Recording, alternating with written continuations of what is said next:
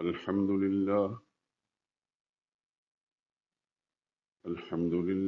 وحده، والصلاة والسلام على من لا نبي بعده ولا رسول بعده ولا معصوم بعده. أما بعد، فإن خير الحديث كتاب الله، وخير الهدي هدي محمد صلى الله عليه وسلم، وشر الأمور محدثاتها، وكل محدثة بدعة، وكل بدعة ضلالة، وكل ضلالة في النار. أعوذ بالله من الشيطان الرجيم. بسم الله الرحمن الرحيم.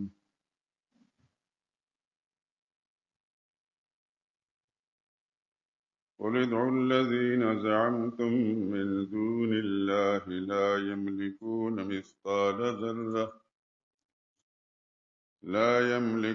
مثقال ذرة في السماوات ولا في الأرض، وما لهم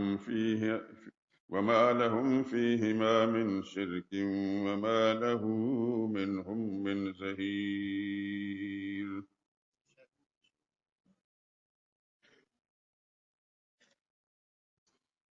کہہ دیجئے کہ جن کو تم اللہ کے سوا کارساز سمجھ کر خیال کرتے ہو، ان کو بلا لو. وہ آسمان اور زمین میں ذرہ بھر کے بھی مالک نہیں ہے، نہ ان میں ان کا کوئی اختیار ہے، نہ کوئی ان میں سے کوئی اللہ کا مددگار ہے. سبحان ربک رب العزت عما یصفون، وسلام علی المرسلین، والحمد للہ رب العالمین. درود پڑھنے. اللهم صل على محمد وعلى آل محمد كما صليت على إبراهيم وعلى آل إبراهيم إنك حميد مجيد. اللهم بارك على محمد وعلى آل محمد كما باركت على إبراهيم وعلى آل إبراهيم إنك حميد مجيد.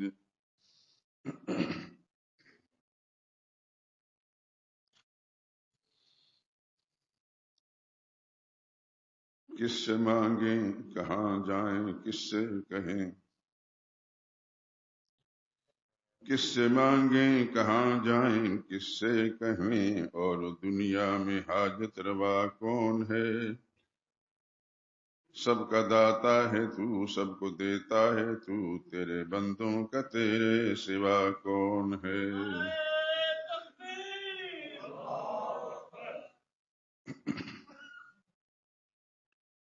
کون مقبول ہے کون مردود ہے، بے خبر کیا خبر تجھ کو کیا کون ہے. جب تلیں گے عمل سب کے میزان پر، تب کھلے گا کہ کھوٹا کھرا کون ہے. کون سنتا ہے فریاد مظلوم کی، کس کے ہاتھوں میں کنجی ہے مقسوم کی. کون سنتا ہے فریاد مظلوم کی، کس کے ہاتھوں میں کنجی ہے مقسوم کی. رزق پر کس کے پلتے ہیں شاہ و گدا، رزق پر کس کے پلتے ہیں شاہ و گدا. مسند آرائے بزم عطا کون ہے. اولیاء تیرے محتاج اے رب کل، اولیاء تیرے محتاج اے رب کل. تیرے بندے ہیں سب انبیاء و رسل، ان کی عزت کا باعث نسبت تیری، ان کی پہچان تیرے سوا کون ہے.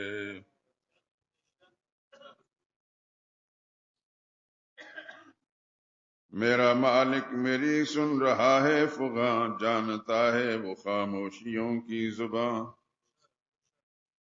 میرا مالک میری سن رہا ہے فغاں، جانتا ہے وہ خاموشیوں کی زباں۔ اب میری راہ میں کوئی حائل نہ ہو، نام بر کیا بلا ہے صبا کون ہے۔ ہے خبر بھی وہی، مبتدا بھی وہی، نا خدا بھی وہی ہے خدا بھی وہی، جو ہے سارے جہانوں میں جلوہ نما، اس احد کے سوا دوسرا کون ہے۔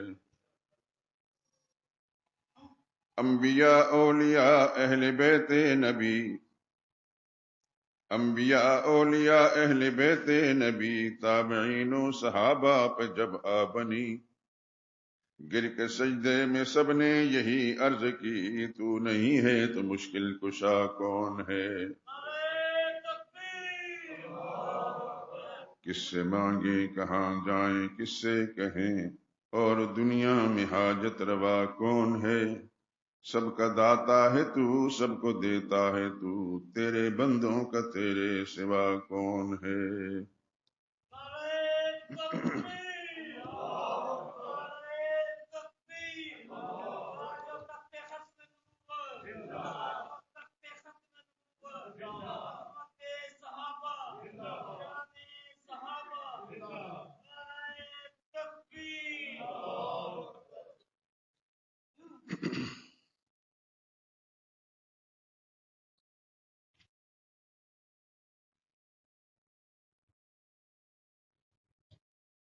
بزرگان محترم، برادران عزیز،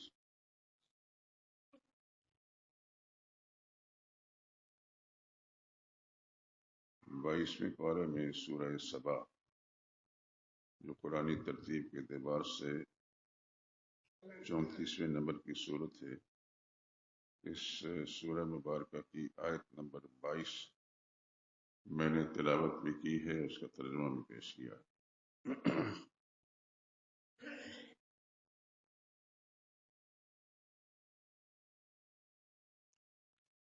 مسجد شہداء کے باقاعدہ نمازی، خصوصاً جمعہ کے نمازی دوست،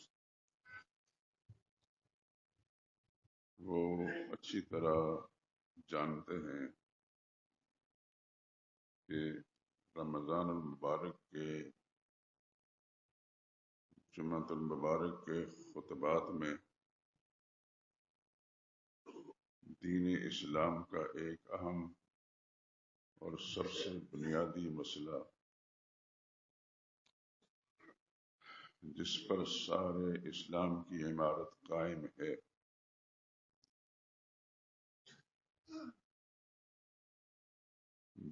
دین اسلام کا اساسی اور بنیادی مسئلہ، جس کے لیے خالق کائنات نے 1,00,000 کئی ہزار انبیاء کرام علیہ السلام مبعوث فرمائے، اور وہ زندگی بھر یہی مسئلہ لوگوں کو سمجھاتے رہے، تاہم کہ آخری پیغمبر حضرت محمد مصطفیٰ صلی اللہ علیہ وسلم کو بھی اللہ نے مبعوث فرمایا، اور آپ نے بھی یہی مسئلہ قوم کے سامنے پیش کیا۔ اور جانتے ہیں آپ، کئی دفعہ اس کا ذکر کر چکا ہوں کہ حرم شریف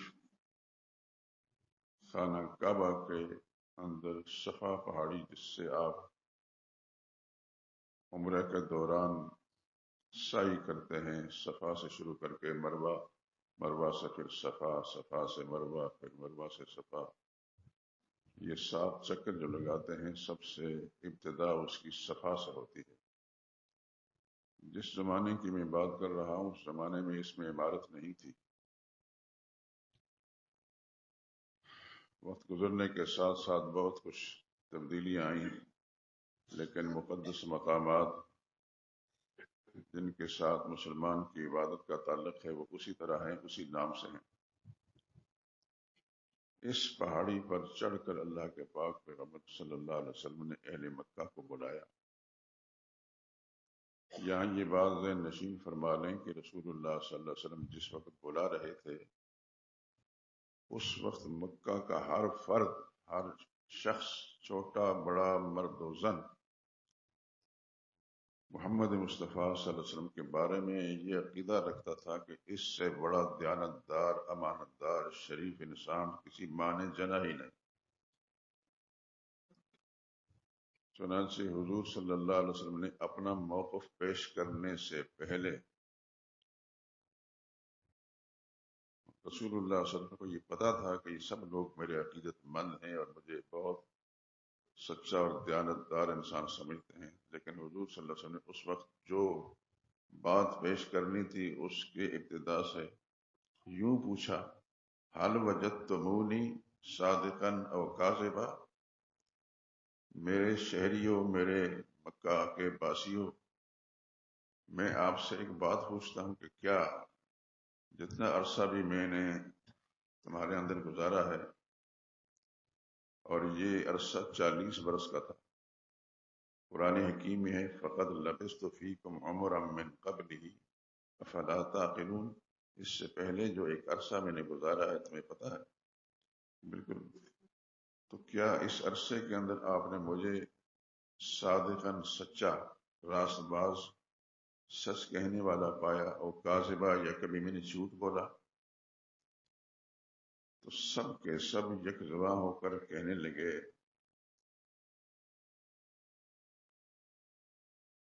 ہم نے آپ کو ہمیشہ سچا ہی دیکھا، سچا ہی پایا۔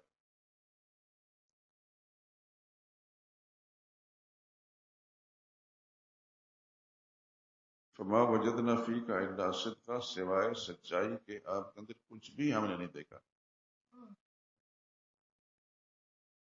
اور یہ کہنے لگے کہ ہم نے آپ کو اس عرصے میں سرسری نظر سے نہیں دیکھا، تجربے کیے۔ جربنا لکا مرارا، ہم نے آپ کے بارے میں تجربہ کیا مرارن، کئی بار۔ فما وجدنا فیک الا صدقا، اور آپ کے اندر سچائی کے سوا ہم نے کچھ بھی نہیں پایا۔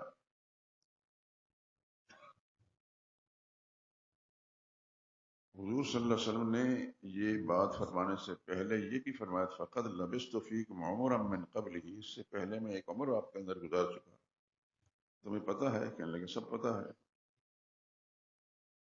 رسول اللہ صلی اللہ علیہ وسلم نے دوسری بات یہ پوچھی کہ یہ جو پہاڑ ہے، آپ جانتے ہیں، یقیناً آپ تشریف لے گئے ہوں گے، اللہ آپ کو بار بار لے جائے، بار بار لے جائے، بار بار لے جائے، وہاں کا تقدس، وہاں کی برکتیں آپ کو نصیب فرمائے، اور میرے لیے بھی دعا کریں کہ اللہ مجھے بھی وہاں حاضری نصیب فرمائے۔ میرے جیسا ناکارہ سا آدمی جب میں اس کا ذکر کرتا ہوں تو میرے بدن پر رونگٹے سے کھڑے ہو جاتے ہیں کہ میں کیا ہوں، میری حیثیت کیا ہے، لیکن میرے رب کی شان دیکھیں۔ اللہ اکبر! 13 مرتبہ اللہ نے اپنے گھر کی زیارت نصیب فرمائی۔ آپ حضرات تو وسائل والے ہیں، کاروباری ہیں، میں تو بالکل ناکارہ سا انسان ہوں، عمل کے اعتبار سے بھی، وسائل کے اعتبار سے بھی، لیکن میرا رب بلاتا رہا ہے، مجھے اب بھی سمجھ میں نہیں آ رہی۔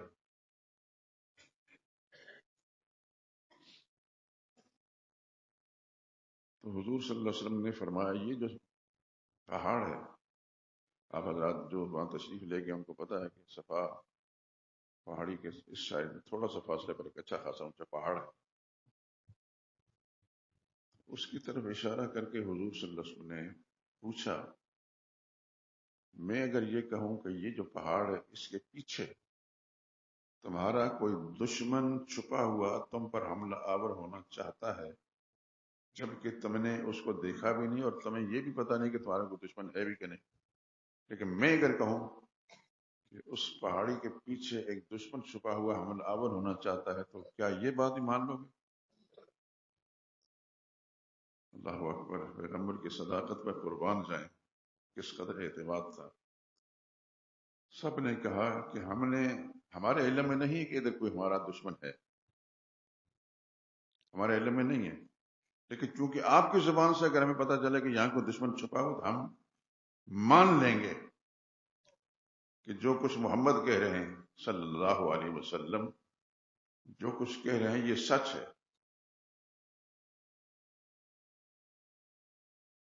اللہ اکبر! کیا راست بازی اور سچائی کا عقیدہ تھا! کبھی کبھی وہ لوگ یہ بھی کہتے تھے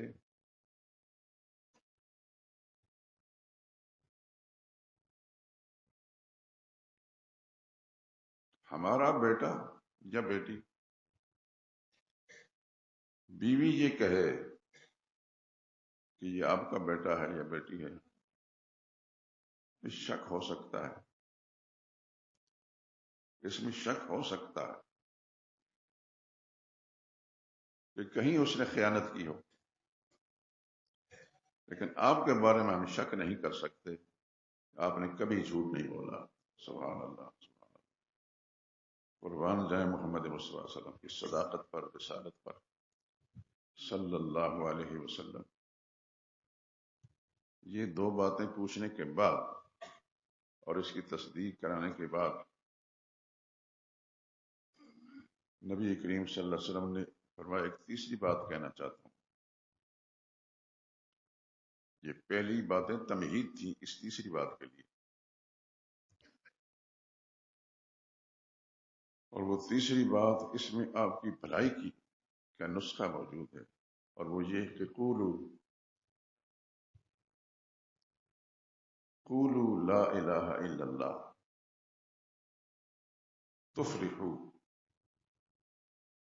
اگر وہ بات میری سچی ہے اور اس سے پہلے 40 برس تک میں نے کبھی جھوٹ نہیں بولا، تو یہ بات بھی کہہ لو اپنی زبان سے، لا الہ الا اللہ، یہ زبان سے کہہ دو کہ اللہ کے سوا کوئی اور الہ نہیں، اللہ کے سوا کوئی اور الہ نہیں، تفلحوا، یقیناً تم کامیاب ہو جاؤ گے۔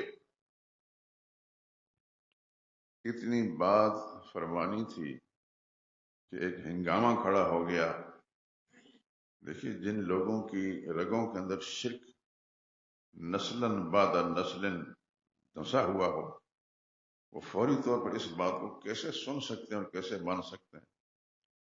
قرآن کہتا ہے وَانْطَلَقَ الْمَلَأُ مِنْهُمْ، ان میں سے جو چودھری ٹائپ کے لوگ تھے، ملأ کا لفظ قرآن کریم کے اندر جو آتا ہے یہ ان لوگوں کے لیے آتا ہے الذین یملؤون القلوب بجلالہم، جو اپنے روب اور دبدبے سے لوگوں کے دلوں کو بھر دیتے ہیں۔ ملا کہتے ہیں بھرنے کو۔ الذین یملؤون القلوب بجلالہم، جو لوگوں کے دلوں کو اپنے روب اور دبدبے سے بھر جاتا ہے، یہ لوگ دباؤ میں آ جاتے ہیں۔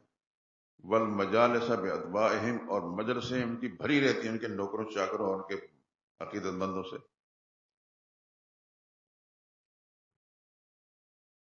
تو قرآن کہتا ہے وَانْطَلَقَ الْمَلَأُ مِنْهُمْ، چودھری ٹائپ کے لوگ، رئیس ٹائپ کے لوگ، خان نواب جاگیردار لوگ، کوئی ادھر بھاگا کوئی ادھر بھرا،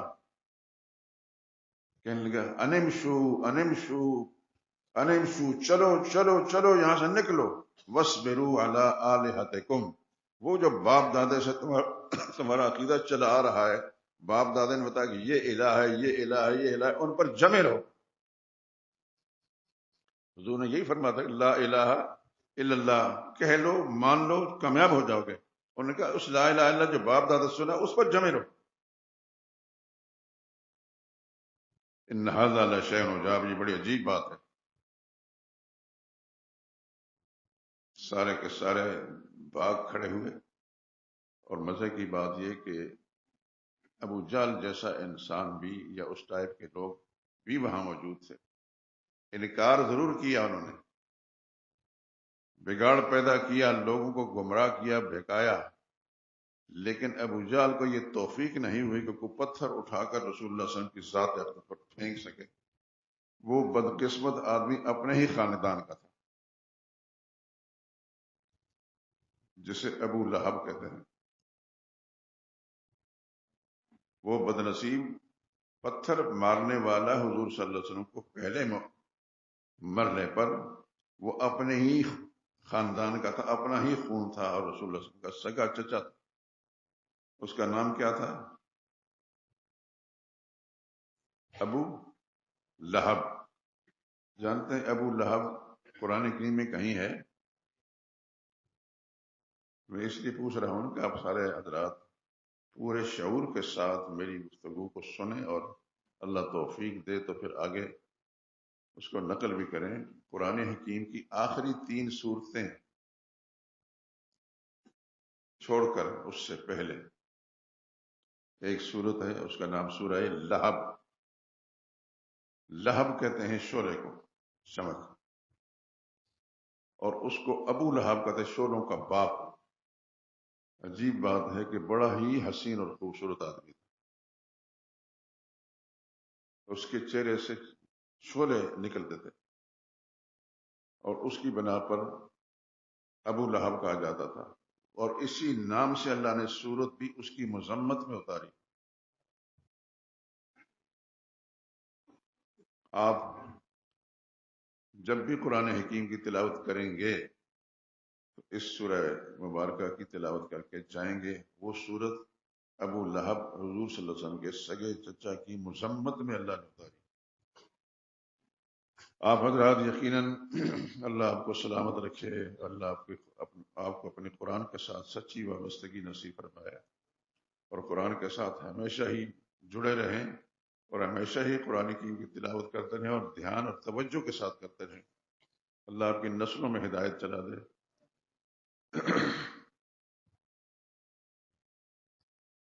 یہ ابو لہب رسول اللہ کا سگا چچا. پھر حضور صلی اللہ علیہ وسلم نے اپنی 2 صاحبزادیاں ان کے بیٹوں کے نکاح میں دی. نبی کریم صلی اللہ علیہ وسلم نے اپنی 2 صاحبزادیاں، آپ حضرات سے میں یہ بار بار پوچھتا اس لیے ہوں کہ میں یہ چاہتا ہوں کہ ہر بات آپ کے ذہن میں راسخ اور پختہ ہو جائے. رسول اللہ صلی اللہ علیہ وسلم کے سگے چچا ہی نہیں تھے، بلکہ دوسری طرف سے رشتہ بھی تھا. وہ یہ کہ حضور صلی اللہ علیہ وسلم نے اپنی 2 صاحبزادیاں ان کے بیٹوں کے نکاح میں دیں.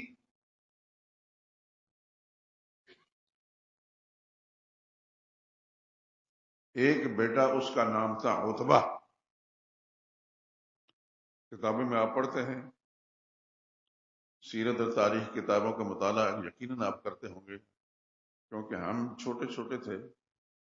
ابھی میں اسکول پڑھ رہا تھا تو میرے والد صاحب اللہ جنت نصیب کرے، ان پر جنون کی کیفیت طاری تھی کہ اس کو دین کی کتابیں پڑھنا ہے پڑھنا ہے پڑھنا. سادہ طبیعت انسان تھے لیکن پر دین کا غلبہ تھا. سکول کی عمر میں الحمدللہ میں سارے سکول کے اندر ذرا زیادہ ہوشیار شمار ہوتا تھا، بلکہ 24 سکول اس علاقے کے ایک دفعہ اکٹھے ہوئے. بچپن کی باتیں بعض اوقات یاد آ جاتی ہیں. تو 24 سکولوں کے اندر میرا پہلا نمبر تھا.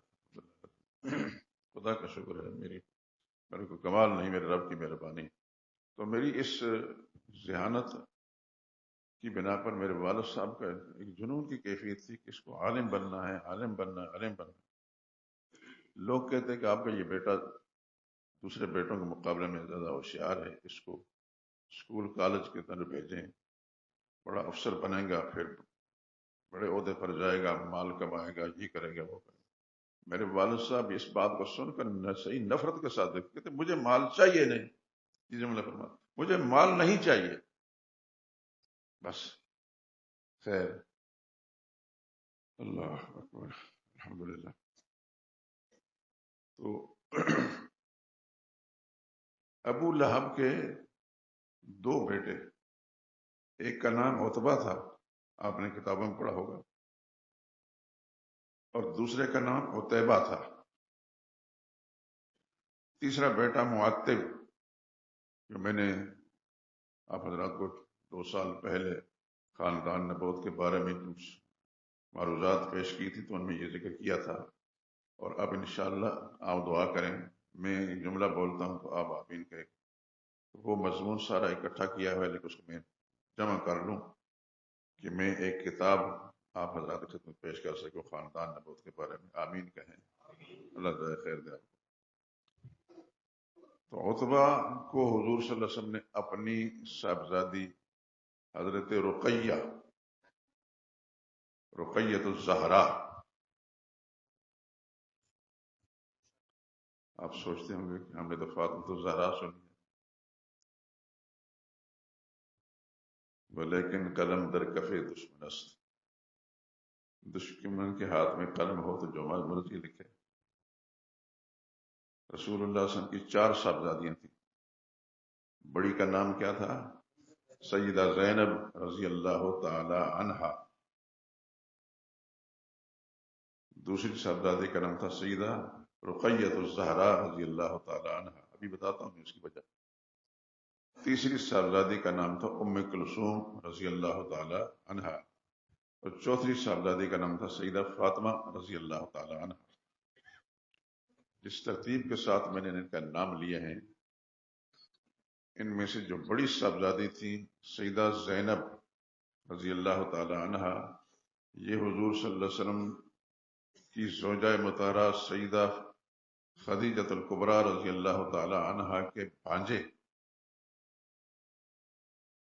ان کا نام تھا ابو العاص بن ربیع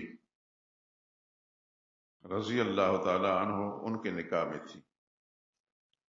اور یہ بھی میں بتا دوں کہ ابو العاص بن ربیع مکی زندگی میں رسول اللہ صلی اللہ علیہ وسلم کے یار دوست تھے، جس کو ہم اپنی زبان میں کہتے ہیں۔ اس قدر دوستی تھی کہ ہر روز رات کا کھانا رسول اللہ صلی اللہ علیہ وسلم کے ساتھ وہ کھاتے تھے۔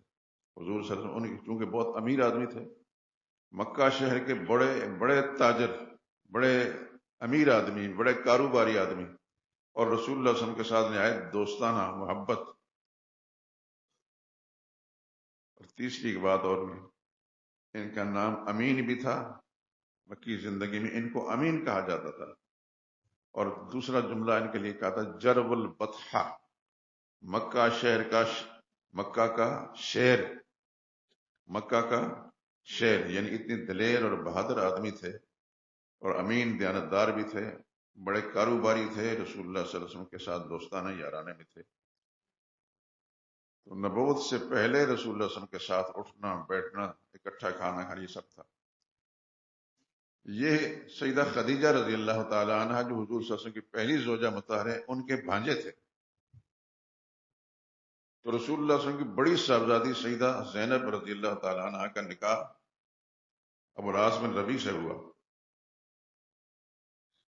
دوسری صاحبزادی سیدہ رقیۃ الزہرا رضی اللہ تعالی عنہ، ان کا نکاح ابو لہب کے بیٹے، ابھی میں نے نام لیا تھا عتبہ کے ساتھ ہوا۔ مورخین نے 2 باتیں لکھی ہیں کہ رخصتی ہو گئی، ایک نے کہا کہ نہ صرف نسبت ہوئی تھی، اور دوسری صاحبزادی سیدہ ام کلثوم رضی اللہ تعالی عنہ، ان کا نکاح ابو لہب کے بیٹے عتیبہ کے ساتھ ہوا۔ یہ نام بھی آپ کو یاد ہو جائیں گے انشاءاللہ، اللہ توفیق دے، کتاب آپ کے سامنے آئی تو آپ خوش ہوں گے۔ میں نے بڑی محنت کی اس سلسلے میں۔ میں محتاج ہوں ہر چیز میں، خصوصاً آپ کی دعاؤں کا، اور میں یہ کہتا ہوں کہ میں ہر روز آپ کے لیے دعائیں کرتا ہوں۔ میں آپ کو بتاتا نہیں، لیکن زمانہ آگئی بات، قبولیت میرے اللہ کے پاس ہے۔ اللہ آپ کو دنیا آخرت کی بلائیاں نصیب کرے، دونوں جہانوں کی برکتیں عطا فرمائے، دین کا صحیح فہم نصیب فرمائے، آپ کی نسلوں کے اندر ہدایت چلا دے، آپ کے کاروبار میں آپ کو برکتیں دے۔ تو دوسرے بیٹے کے ساتھ رسول اللہ صلی اللہ علیہ وسلم کی صاحبزادی سیدہ ام کلثوم نکاح ہوا۔ اسی عرصے کے اندر رسول اللہ صلی اللہ علیہ وسلم نے نبوت کا اعلان فرما دیا، اور ہنگامہ کھڑا ہو گیا، اور پھر سب سے پہلے اپنے رشتہ داروں میں ابو لہب نے حضور صلی اللہ علیہ وسلم پر پتھر پھینکا، اور یہ کہنے لگا لوگوں خبردار اس کی بات مت سنو، یہ پاگل ہو گیا ہے، معاذ اللہ، سمجھ، یہ جملہ بھی زبان سے نکلتے ہوئے بڑا، اس کا دماغ صحیح کام نہیں کر رہا، اس کی بات مت مانو۔ یعنی ابو لہب کفر میں اتنا پکا تھا کہ بڑی ڈٹائی کے ساتھ رسول اللہ صلی اللہ علیہ وسلم کے بارے میں یہ جملے کہے۔ اور پھر دوسرا انتقام اس نے یہ لیا کہ رسول اللہ صلی اللہ علیہ وسلم کی صاحبزادیاں کون سی؟ سیدہ رقیہ. ایک لفظ اور میں نے بولا تھا، رقیہ تو زہرا. زہرا کہتے ہیں بہت چمک دمک والی، نہایت حسین اور خوبصورت ہو. رسول اللہ صلی اللہ علیہ وسلم کی ساری صاحبزادیاں بہت خوبصورت تھیں، لیکن نسبتاً سیدہ رقیہ بہت ہی حسین تھی. بعد میں بتاتا ہوں، اس لیے ان کے لیے زہرا کا لفظ تھا، زیادہ حسن و جمال والی. ان کا نکاح عتبہ کے ساتھ اور ام کلثوم کا نکاح عتیبہ کے ساتھ. ابو لہب نے حضور سے انتقام لیتے ہوئے یہ کہا کہ محمد کی بیٹیوں کو طلاق دے دو. دونوں نے طلاق دے دی. آپ جانتے ہیں، سمجھتے ہیں اللہ تعالیٰ سب کو ایسی اولاد نصیب فرمائے کہ جن کی وجہ سے کبھی انسان کو دکھ نہ ہو. اور بیٹیاں جو ہیں ان کی وجہ سے اکثر انسان خصوصاً اگر کسی بیٹی کو طلاق ہو جائے تو کس قدر صدمہ ہوتا ہے انسان کو، بہت بڑا صدمہ ہوتا ہے. یہ صاحب اولاد ہی محسوس کر سکتا ہے. اللہ سب کو سکھ سکون نصیب کرے، اولاد کی طرف سے بھی، اپنی جسم جان کی طرف سے بھی، اپنے کاروبار کی طرف سے بھی. جب ابو لہب نے انتقام لینے کے لیے پہلے تو پتھر پھینکا، پھر دونوں بیٹوں کو کہا کہ محمد کی بیٹیوں کو طلاق دے دو، تو آپ اندازہ کر سکتے ہیں رسول اللہ صلی اللہ علیہ وسلم پر کیا گزری ہوگی. اللہ اکبر. ان کا نام یاد رہے گا نا آپ کو. سیدہ رقیہ کا نکاح کس سے؟ عتبہ کے ساتھ. اور سیدہ ام کلثوم کا عتیبہ کے ساتھ. یہ بولنا جانا، کیونکہ یہ عتیبہ وہ ہے جو حضور صلی اللہ علیہ وسلم کی زبان سے مبارک سے نکلا ہوا ایک جملہ، اس کے نتیجے میں ایک درندہ آیا، اس نے چیر پھاڑ کر ٹکڑے ٹکڑے کر دیے. وہ یہ کہ جس وقت رسول اللہ صلی اللہ علیہ وسلم کی بیٹیوں کو طلاق دینے کے لیے ابو لہب نے کہا اپنے بیٹوں کو محمد کی بیٹی کو طلاق دے دو، اور کیا کر سکتا تھا؟ پتھر تو پھینک ہی چکا تھا بد نصیب. عتبہ نے طلاق دی، لیکن رسول اللہ صلی اللہ علیہ وسلم کی شان میں جا کر گستاخی کوئی نہیں، بس اتنا کیا، باپ کے کہنے پر طلاق دے دی. عتیبہ نے صرف طلاق نہیں دی بلکہ رسول اللہ صلی اللہ علیہ وسلم کے پاس گیا تو حضور صلی اللہ علیہ وسلم کے چہرے انور پر تھوکا بھی، اور آپ کا کرتا مبارک پکڑ کر پھاڑا.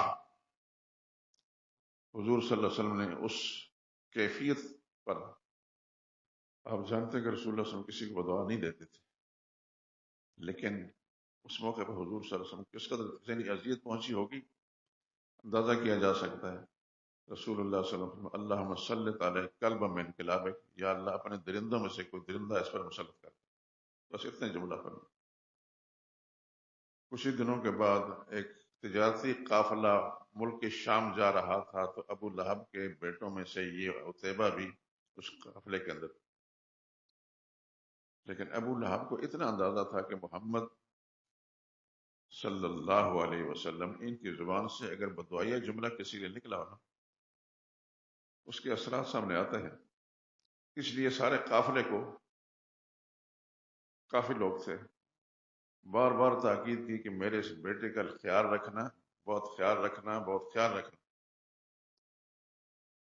چونکہ اس زمانے میں آج کے زمانے میں کے اعتبار سے نہ گاڑیاں تھیں، نہ سڑکیں تھیں، نہ شہر تھے. کہیں سفر میں جایا کرتے تھے تو ویرانوں کے اندر کہیں پڑاؤ کرتے تھے لوگ. ایک ویرانے میں پڑاؤ کیا اس قافلے نے، اور ابو لہب کی تاکید کے مطابق اس کے بیٹے کو رات کے وقت قافلے کے لوگ چاروں طرف انہوں نے اپنے بستر ڈالے، اس کو پھر سینٹر میں لٹایا. اللہ اکبر، اللہ اکبر. لیٹ گئے. اللہ کے نبی کی وہ بددعا جو ہے اس کے اثرات سامنے آئے. ایک درندہ اللہ نے بھیجا، کہاں سے بھیجا کچھ بتا نہیں سکتا، کیونکہ قافلہ کہاں جا کر لیٹا تھا اس کی تفصیل میرے پاس نہیں. رات کو وہ درندہ آیا، شہر ایک ایک آدمی جو سویا تھا اس کو سونگتا رہا، کچھ نہیں کہا.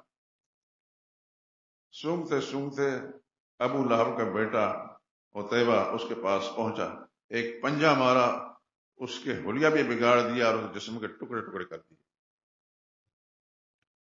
یہ اس بددعا کے اثر تھے جو رسول اللہ صلی اللہ علیہ وسلم کی شان میں گستاخی کرنے والے. خیر، ابو لہب کا اپنا معاملہ کیا ہوا؟ کچھ دنوں کے بعد ابو لہب کے جسم پر دانے نکلے اور وہ آہستہ آہستہ بڑے ہوتے گئے اور پھیلتے گئے سارے جسم پر، اور اسے بدبو آنے لگی۔ میرا رب جو چاہے کرتا ہے۔ اللہ، میں پچھلے جمعے میں کہتا ہوں خدا کسی کا رشتہ دار نہیں، یہ میرے نبی کا یہ رشتہ دار ہے، اس واسطے کچھ نہیں۔ نبی کے ساتھ جو اللہ کا تعلق ہے وہ تو ہے ہی، لیکن نبی کا کوئی رشتہ دار ہو کسے باشا اللہ علیہ تعین، اگر وہ اللہ کے دین کا باغی ہے تو پھر خدا کا اس کے ساتھ کوئی تعلق نہیں۔ ابو لہب کے جسم پر بدبودار دانے نکلے، اس حد تک کہ گھر والے لوگ اس کی بدبو سے تنگ آنے لگے تو گھر سے نکال کر ایک ویرانے میں کسی تختے پر اس کو ڈال دیا، اور پھر اس حد تک بدبو پھیلی کہ حبشی غلام بلا کر وہ مر گیا۔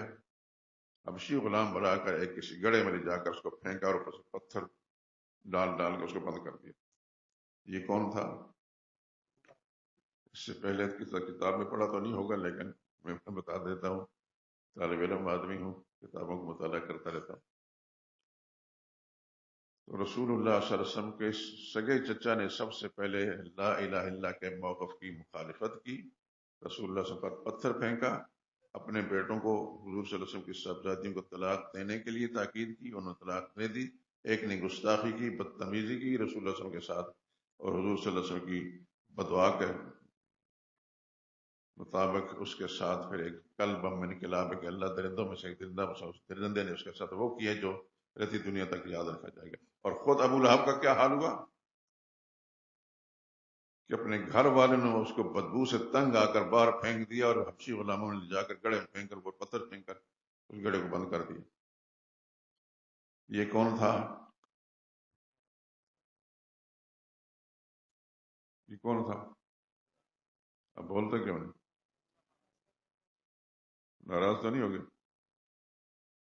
میں نے ابو لہب کا کیوں نام لے لیا؟ اللہ نے اپنے قرآن تبت یدا ابی لہب، ٹوٹ جائیں دونوں ہاتھ ابو لہب کے، یدا ید کہتے ہیں ہاتھ کو، وہ تب خود بھی ہلاک ہو جائے۔ اللہ نے اپنے پیغمبر صلی اللہ علیہ وسلم کی عظمت کی خاطر رسول اللہ علیہ وسلم کے خاندان کا جو بڑا تھا ابو لہب، اس کو بھی معاف نہیں کیا۔ یاد رکھیں جو مسئلہ میں بیان کر رہا ہوں، مسئلہ یہ ہے کہ اس کے بغیر میری اور آپ کی نہ نماز قبول ہوگی، نہ جمعے کی نماز قبول ہوگی، نہ دعا قبول ہوگی، نہ صدقہ خیرات، نہ زکوٰۃ، کوئی چیز قبول نہیں ہوگی۔ یہ عقیدہ ٹھیک ہوگا، قولوا لا الہ الا اللہ، حضور نے جو فرمایا تھا، تو پھر سب کچھ ٹھیک ہے، نہیں ہے تو کچھ بھی نہیں۔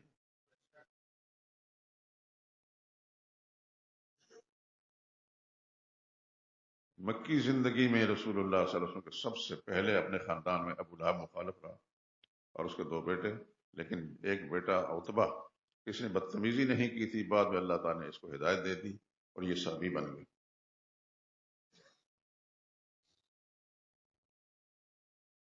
ساری گفتگو کا خلاصہ یہ ہے کہ ہماری نمازیں جو بھی ہم نے پڑھنی ہے، یا اس سے پہلے پڑھ چکے، یا زندگی ہوئی تو آئندہ پڑھیں گے، اور روزہ جو روزے رکھ چکے ہیں یا اس وقت رکھے ہوئے ہیں، جو اللہ نے جس کو مال دیا اس کی زکوٰۃ، صدقہ اور خیرات، حج، قربانی، طواف، اعتکاف، یہ سب چیزیں بیکار ہیں اگر عقیدہ ٹھیک نہیں۔ صاف صاف لفظوں میں کہہ رہا ہوں، مجھے اپنا پتہ نہیں کہ اگلی گھڑی کیا ہوگا، لیکن میں ذمہ دار ہوں اس بات کا کہ آپ حضرات جو اپنے گھر بار چھوڑ کر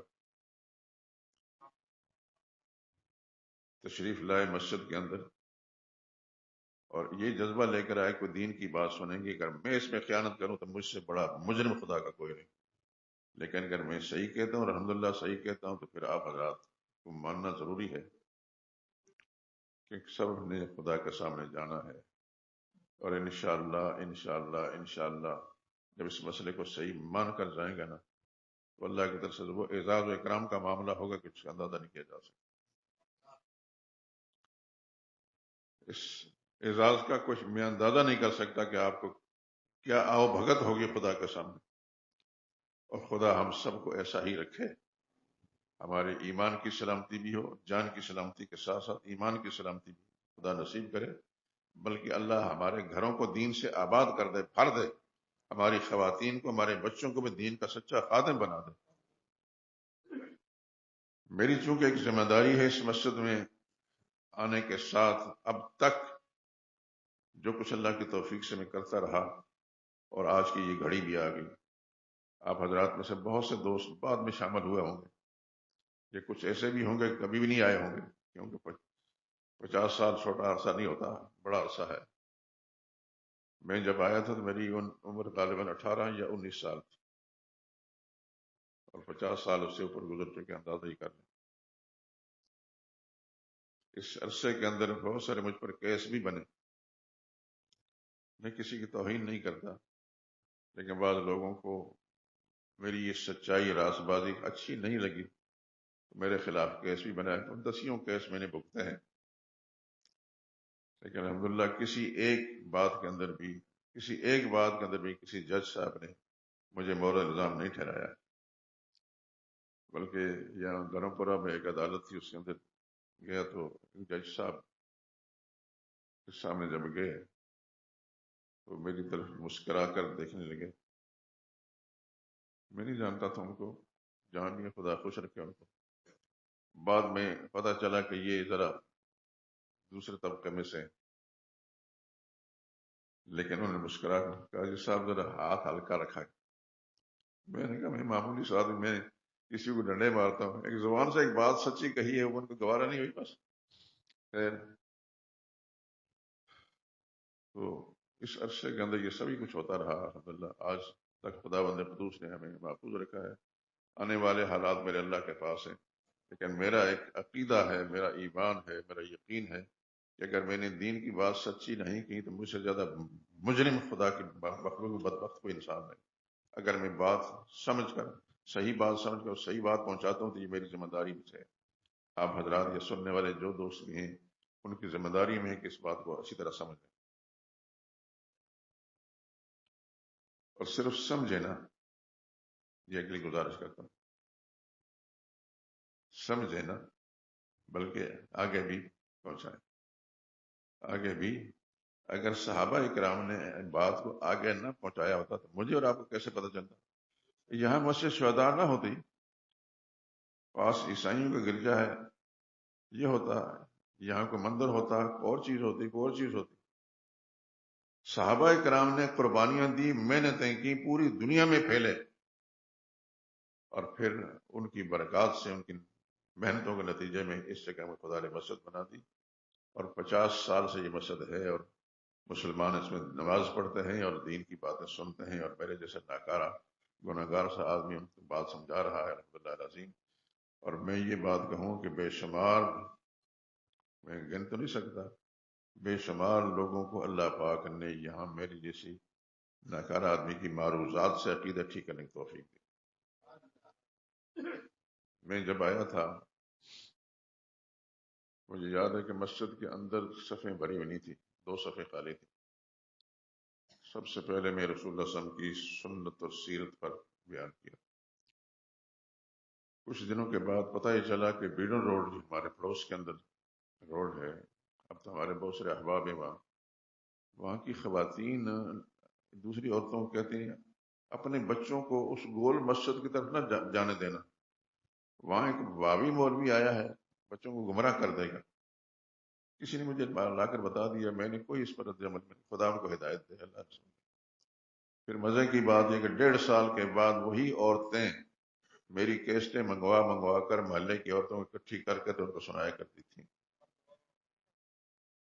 یہ اللہ کی توفیق ہے، میں نے کبھی کسی برائی، یہاں بیڈن روڈ پر آگے ایک مسجد ہے اوقاف کی، وہاں ایک علامہ صاحب تھے، علامہ ہی کہلاتے تھے، انہوں نے میری مخالفت کے لیے ایک آدمی کو اس زمانے 50 سال پہلے 500 روپے اس کو دیتے تھے کہ نعرے لگاؤ میرے خلاف، اتنے زور سے نعرے لگاؤ کہ مسجد شہداء تک آواز جائے، پھر اتنے زور سے نعرے لگاؤ کہ جامعہ اشرفیہ تک آواز جائے، تیسری بات اتنے زور سے نعرے لگاؤ کہ رائے ونڈ تک آواز جائے۔ اس پر ان کو 500 روپے ایک آدمی کو ملا کرتے تھے، مجھے لوگ بتا دیا کرتے تھے، میں نے کبھی کوئی رد عمل ظاہر نہیں کیا، بلکہ ایک دفعہ مجھے، میرا خیال ہے کوئی 4-5 مہینے کے بعد یا اس سے زیادہ، مجھے ایک رکا آیا جمعے کی نماز کے لیے، اور رکے میں کسی ساتھی نے تھے تو بڑا مخلص لیکن انداز بڑا عجیب تھا، کہ تو بڑا ڈھیٹ آدمی ہے، اس پہ یہ لکھا تو بڑا ڈھیٹ آدمی ہے، فلاں مسجد کے مولوی آپ کو بہت برا بھلا کہتے ہیں، یہ کہتے ہیں وہ کہتے ہیں، گالیاں دیتے ہیں، آپ کو جواب ہی نہیں دیتے۔ میں نے کہا تمہاری ہمدردی کا شکریہ، اللہ آپ کو جزائے خیر دے، میں گالیاں دینے کے لیے نہیں بیٹھا، مجھے اللہ نے اپنا قرآن بیان کرنے کی توفیق جتنی دی ہے یہ بیان کروں گا، جتنی گالیاں مجھے دے، میرے سامنے آ گالی دے، میں کچھ نہیں کہوں گا، کبھی گالی کا جواب میں نے گالی سے نہیں دیا الحمدللہ، بچپن کی باتیں مجھے یاد ہیں، تو اس کا وہ کام ہے، وہی صاحب جو میرے خلاف نعرے لگوایا کرتے تھے، ایک دفعہ بن روڈ میں جا رہا تھا پیدل، ان کے پاس اسکوٹر تھا، اسکوٹر پر آتے ہوئے جب مجھے جاتے ہوئے دیکھا اس نے، تو وہ تقریباً کوئی 50 فٹ پیچھے اسکوٹر کھڑا کر کے اتر کر آ کر مجھے ملے، میں نے ان سے کچھ نہیں کہا کہ آپ آگے پیچھے مجھے برا بھلا کہتے ہیں، میرے خلاف نعرے لگواتے ہیں، میں نے کہا یہ خدا کی توفیق ہے، میری کوئی بات اللہ کو پسند آئی تو اللہ تعالیٰ نے اس کے دل میں بھی بات ڈال دی، تو اس طرح سارا کچھ ہوتا ہے میرے دوستوں۔ میں عرض یہ کر رہا تھا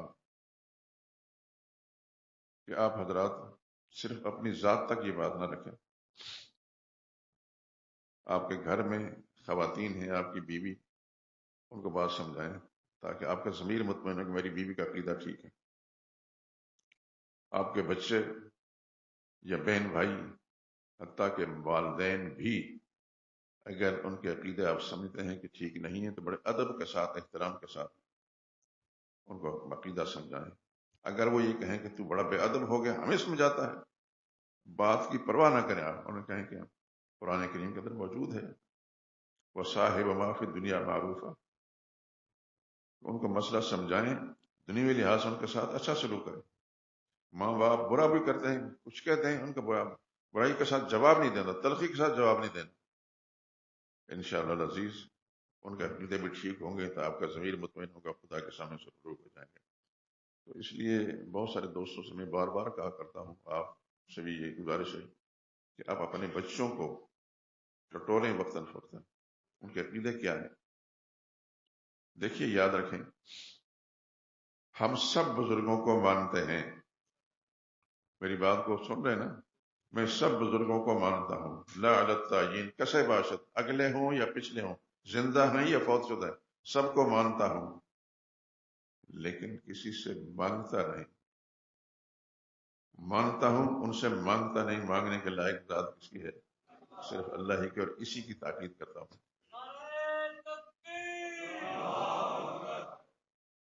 بہت سے لوگ کہتے ہیں یہ قاضی یونس بڑا وہابی ہے، پتہ نہیں یہ جملہ کہاں سے نکل گیا، گستاخ ہے معاذ اللہ، اللہ مجھے محفوظ فرمائے، کسی کی گستاخی کرنے سے خدا محفوظ فرمائے، خصوصاً نیک لوگ، دین والے لوگ، بزرگ لوگ، اللہ تعالیٰ ہمیں محفوظ فرمائے،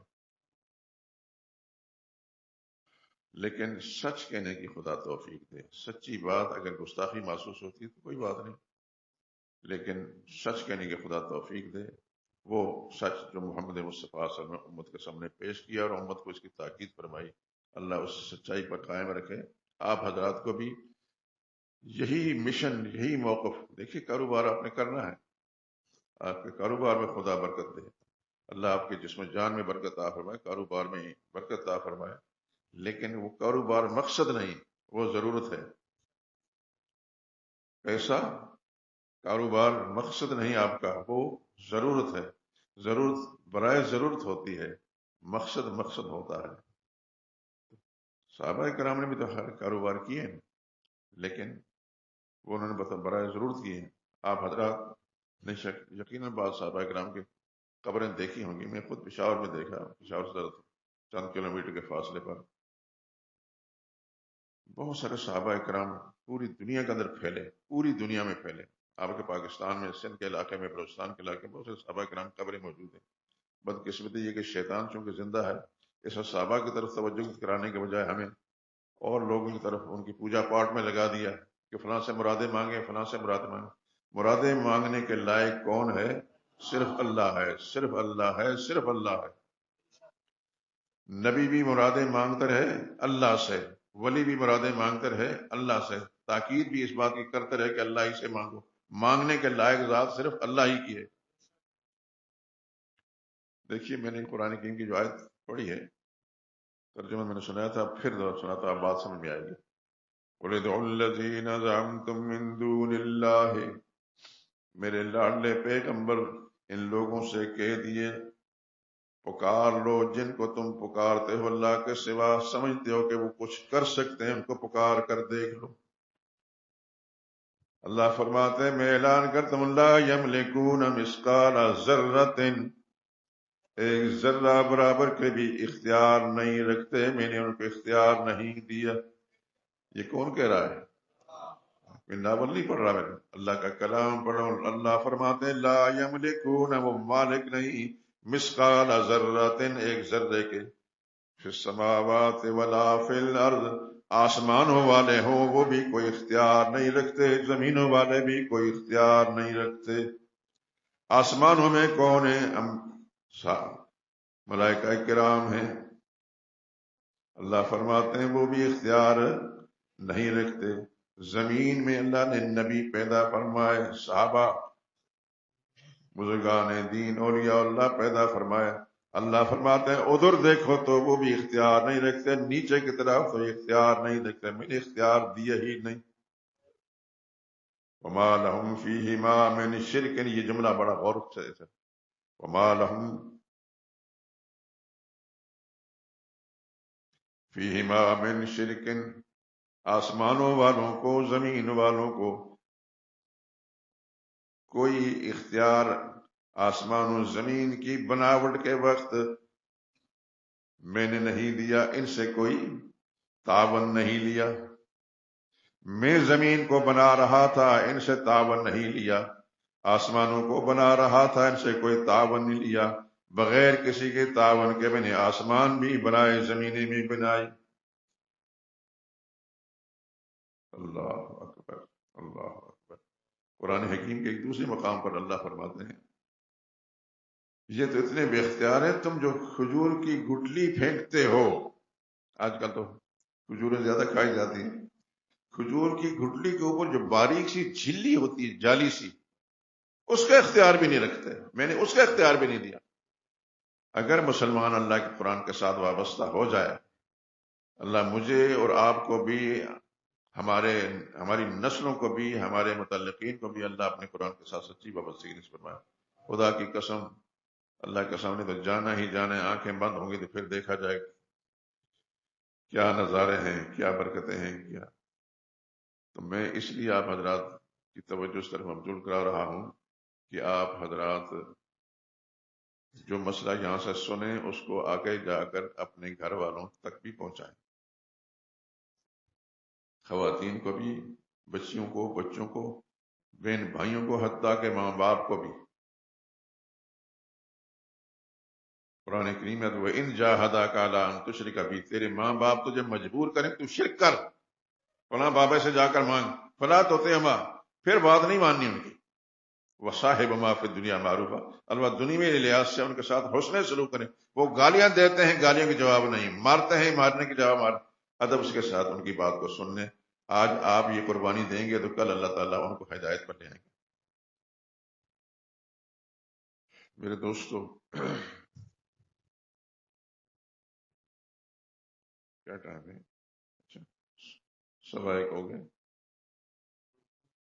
پتہ ہی نہیں چلتا ٹائم کا. زندگی نے اگر ساتھ دیا، خدا آپ کو لمبی زندگی دے. میرے لیے بھی دعا کریں اللہ تعالیٰ مجھے اپنے دین کے لیے، اپنے دین کے لیے، میرا زندگی کا مقصد کوئی نہیں، اللہ اپنے دین کے لیے مجھے توفیق دے کہ میں دین کی بات سمجھ کر اپنے احباب تک پہنچاتا رہوں. انشاءاللہ العزیز.